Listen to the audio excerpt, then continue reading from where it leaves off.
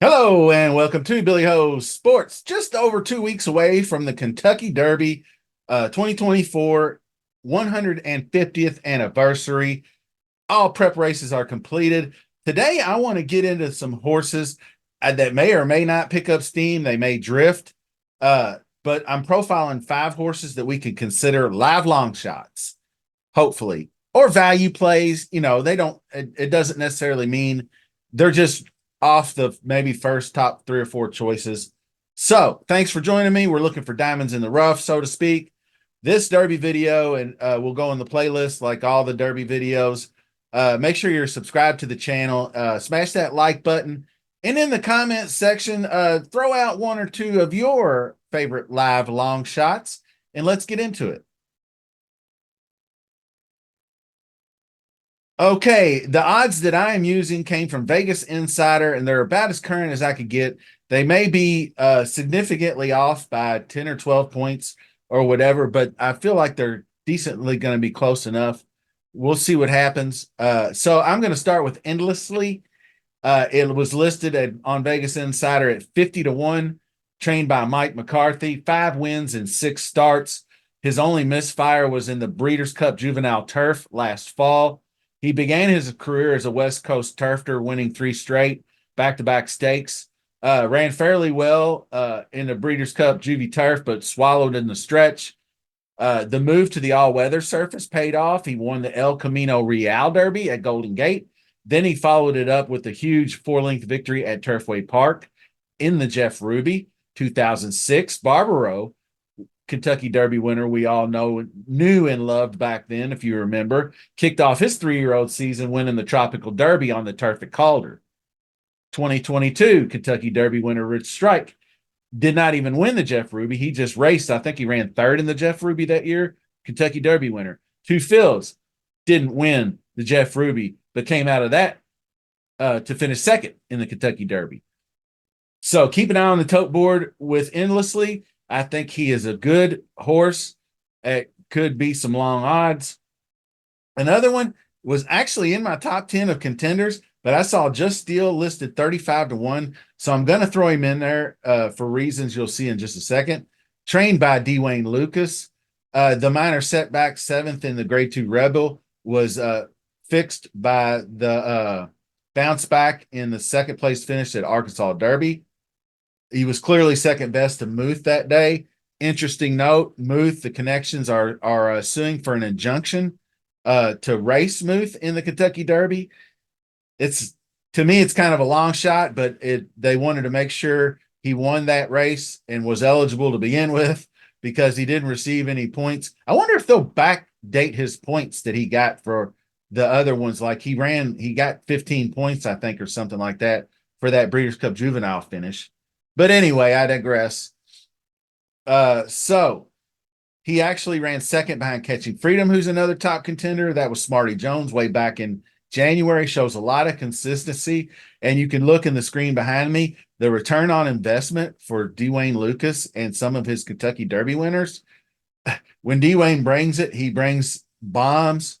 But he really likes this horse, Just Steel. And the gist of the statement that I remember him saying is he believes this horse is not some also ran just to get an entry in the Derby. He has a legit shot. He likes his chances.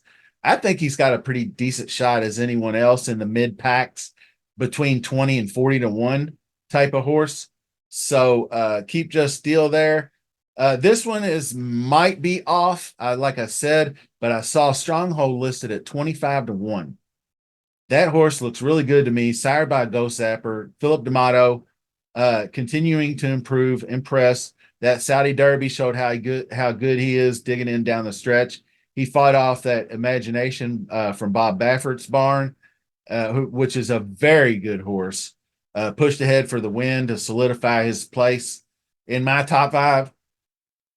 But if he can get off at double-digit odds, he's going to be value regardless. He might not be considered a long shot by the time we get around to it. but he's going to be mentioned anyway. He goes back to all the way to Churchill Downs, defeating horses like Resilience and Track Phantom, mid to high 90s Brisnet numbers. 98 in the Santa Anita Derby is right in line. Another step up from there puts him at 101, 102. I'll tell you this, the horses coming in this year, I'll have to get past performances downloaded and see some speed figures from Brisnet. But there was multiple horses. Forte with 105, mid 100s. But there's not that this year. The speed just doesn't seem to be there. There's a lot more closers and off the pace type horses. So you're not going to see 5 or 6 horses that have already run triple digit buyer figures or Brisnet numbers. So 98's pretty solid. That puts him right in line, I think. Domestic Product listed at 26 to 1. That's trained by Chad Brown, sired by Practical Joke. I profiled him for the Tampa Bay Derby by saying the following: finished second in the Holy Bull, tracked Hades on that slow pace the whole way. He ran well in the stretch, but was unable to catch Hades, largely due to the slow pace.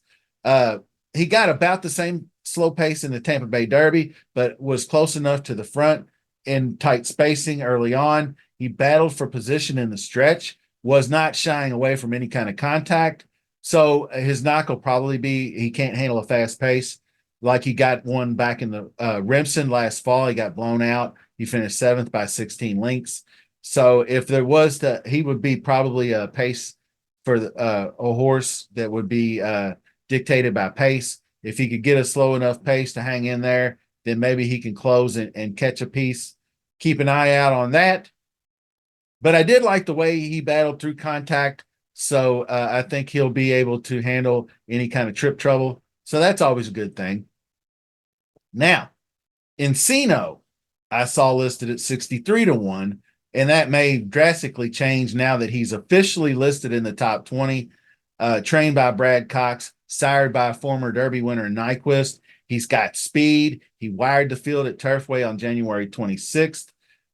He was really looking a little bit green. I can remember watching that race. He was just kind of prancing all over down the stretch. And then once somebody challenged him, he geared down and finished strong. Then he came out to win from the 12 post in the John Pataglia, going 8.5 furlongs on the all-weather, took that down. Then on to Keeneland for the recent Lexington Stakes, shot to the lead, never relinquished it. He ran fractions of 23.55 for the opening quarter, 47.28 for the half, 111.94. Then he finished at 137.22. All solid numbers across the board.